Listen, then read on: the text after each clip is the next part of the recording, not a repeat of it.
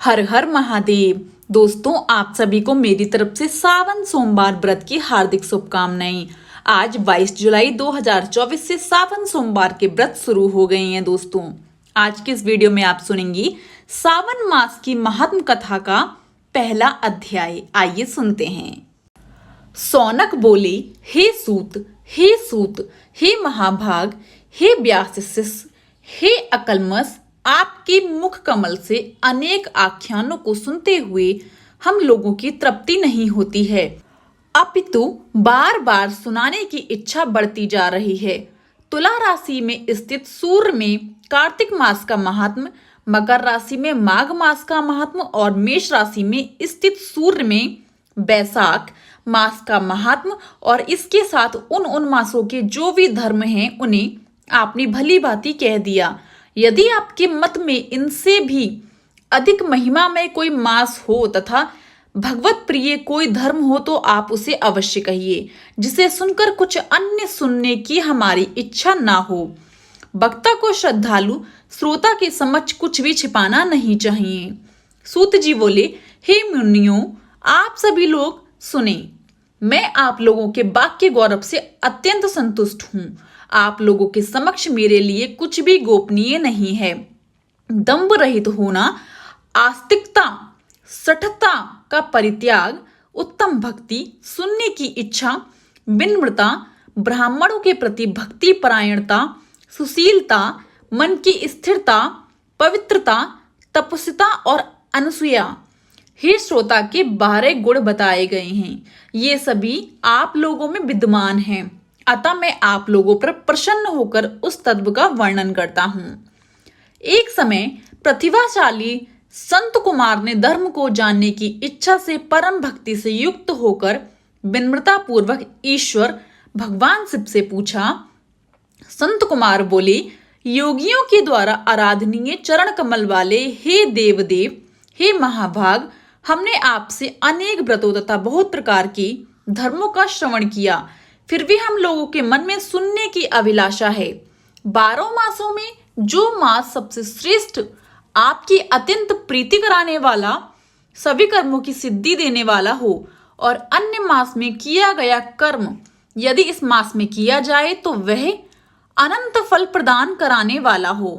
हे देव, उस मास को बताने की कृपा करिए, साथ ही लोकानुग्रह की कामना से उस मास के सभी धर्मों का वर्णन भी कीजिए। ईश्वर बोले, हे संत कुमार, मैं अत्यंत गोपनीय भी आपको बताऊंगा। हे सुब्रत, हे विधिनंदन, मैं आपकी स्वनिच्छा तथा भक्ति से प्रसन्न हूँ। 12 मासों में श्रावण मास मुझे अत्यंत प्रिय है। इसका महात्म सुनने योग्य है, अतः इसे श्रावण कहा गया है। इस मास में श्रवण नक्षत्र युक्त पूर्णिमा होती है, इस कारण से भी इसे श्रावण कहा गया है। इसके महात्म के श्रवण मात्र से ये सिद्धि प्रदान करने वाला है, इसलिए भी ये श्रावण संज्ञा वाला है। निर्मलता गुण के कारण ये आकाश के सदस्य है, इसलिए नभा कहा गया है। इस श्रावण मास के धर्मों की गणना करने में इस पृथ्वी लोक में कौन समर्थ हो सकता है, जिसके फल का संपूर्ण रूप से वर्णन करने के लिए ब्रह्मा जी 4 मुख वाले हुए, जिसके फल की महिमा को देखने के लिए इंद्र 1000 नेत्रों से युक्त हुए और जिसके फल को कहने के लिए शेषनाग 2000 जिह्वाओं से संपन्न हुए। अधिक कहने से क्या प्रयोजन, इसके महात्म को देखने और कहने में कोई भी समर्थ नहीं है। हे मुनि, अन्य मास इसकी एक कला को भी नहीं प्राप्त होते हैं। ये सभी व्रतों तथा धर्मों से युक्त है। इस महीने में एक भी दिन ऐसा नहीं है जो व्रत से रहित दिखाई देता हो। इस माह में प्रायः सभी तिथियां व्रतयुक्त हैं। इसके महात्म के संदर्भ में मैंने जो कहा है वह केवल प्रशंसा मात्र नहीं है। आर्तों, जिज्ञासुओं, भक्तों, अर्थ की कामना करने वाले, मोक्ष की अभिलाषा रखने वाले और अपने अपने अभिष्ट की आकांक्षा कर रखने वाले चारों प्रकार के लोगों, ब्रह्मचर्य, गृहस्थ, वानप्रस्थ, संन्यास आश्रम वाले को इस श्रावण मास में व्रतानुष्ठान करना चाहिए। संत कुमार बोले, हे भगवान, हे सत्तम, आपने जो कहा कि इस मास में सभी दिन एवं तिथियां व्रत रहित नहीं हैं, तो आप उन्हें मुझे बताएं। किस तिथि में और किस दिन में कौन सा व्रत होता है? उस व्रत का अधिकारी कौन है? उस व्रत का फल क्या है? किस किसने उस व्रत को किया? उसके उद्यापन की तिथि क्या है? प्रधान पूजन कहाँ हो और जागरण करने की क्या विधि है? उसका देवता कौन है? उस देवता की पूजा कहाँ होनी चाहिए? पूजन सामग्री क्या क्या होनी चाहिए और किस व्रत का कौन सा समय होना चाहिए? हे प्रभु, वह सब आप मुझे बतलाइए। ये मास आपको प्रिय क्यों है? किस कारण ये पवित्र है? इस मास में भगवान का कौन सा अवतार हुआ? ये सभी मासों में श्रेष्ठ कैसे हुआ? और इस मास में कौन कौन धर्म अनुष्ठान के योग्य हैं? हे प्रभु, ये सब बतलाइए। आपके समक्ष मुझ अज्ञानी का प्रश्न करने में कितना ज्ञान हो सकता है? अतः आप संपूर्ण रूप से बतलाइए।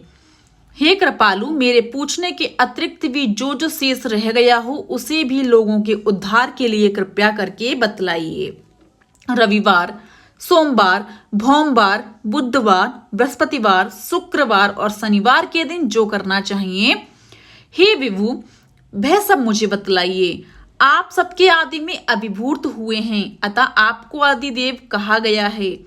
जैसे एक की विधि बाधा से अन्य की विधि बाधा होती है, वैसे ही अन्य देवताओं के अल्प देवत्व के कारण आपको महादेव माना गया है। तीनों देवताओं के निवास स्थान पीपल वृक्ष में सबसे ऊपर आपकी स्थिति है। कल्याण रूप होने के कारण आप शिव हैं और पाप समूह को हरने के कारण आप हर हैं। आपके आदि देव होने में आपका शुक्ल वर्ण प्रमाण है, क्योंकि प्रकृति में शुक्ल वर्ण ही प्रधान है। अन्य वर्ण विकृत हैं। आप कर्पूर के समान गौर वर्ण के हैं, अतः आप आदि देव हैं। गणपति के अधिष्ठान रूप 4 दल वाले मूलाधार नामक चक्र से, ब्रह्मा जी के अधिष्ठान रूप 6 दल वाले स्वाधिष्ठान नामक चक्र से और विष्णु के अधिष्ठान रूप 10 दल वाले मणिपुर नामक चक्र से भी ऊपर आपकी अधिष्ठित होने के कारण आप ब्रह्मा तथा विष्णु के ऊपर स्थित हैं।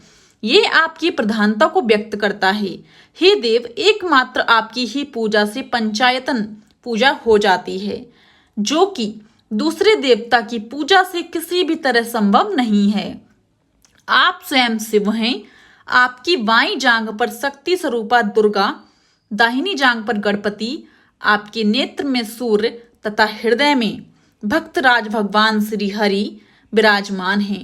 अन्य के ब्रह्मा रूप होने तथा रास के विष्णु रूप होने और आपकी उसका भोक्ता होने के कारण हे ईशान, आपके श्रेष्ठ में किसे संदेह हो सकता है? सबको विरक्ति की शिक्षा देने हेतु आप शमशान में तथा पर्वत पर निवास करते हैं। दोस्तों, यहीं पर सावन सोमवार मास की महात्म कथा का पहला अध्याय समाप्त होता है। आइए अब सुनते हैं सावन सोमवार व्रत की आरती। हर हर महादेव की जय। शिव ओमकारा स्वामी, जय शिव ओमकारा, ब्रह्मा विष्णु सदा शिव अर्धांगी धारा। ओम जय शिव ओमकारा। एकानन चतुरानन पंचानन राजे, स्वामी पंचानन राजे। हंसानन गरुड़ासन ब्रजवाहन साजे। ओम जय शिव ओमकारा। 2 भुज 4 चतुर भुज, 10 भुज अति सोहे, स्वामी 10 भुज अति सोहे।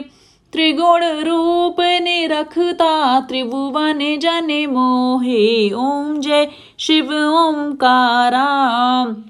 अक्षमाला वनमाला मुंडे माला धारी, स्वामी मुंडे माला धारी। चंदन मृग मद सोहे भाले शशिधारी। ओम जय शिव ओमकारा। श्वेतांबर पीतांबर बागंबर अंगे, स्वामी बागंबर अंगे। सनकादिक गरुड़ादिक भूतादिक संगे। ओम जय शिव ओमकारा। करके मध्य कमंडलु चक्र त्रिशूल धरता, स्वामी चक्र त्रिशूल धरता। जगी करता जगी भरता, जग सांगर करता। ओम जय शिव ओमकारा। ब्रह्मा विष्णु सदा शिव जानते अविवेका, स्वामी जानते अविवेका। प्रणवाक्षर मध्य ये तीनों एका, ओम जय शिव ओमकारा। काशी में विश्वनाथ विराजत नंदी ब्रह्मचारी, नित्य उठी भोग लगावत महिमा अति भारी। ओम जय शिव ओमकारा। त्रिगुण स्वामी जी की आरती जो कोई नर गावे, स्वामी प्रेम सहित गावे। कहत शिवानंद स्वामी, कहत हरि हर स्वामी, मन वांछित फल पावे, सब दुख मिट जावे। बोलो हर हर महादेव।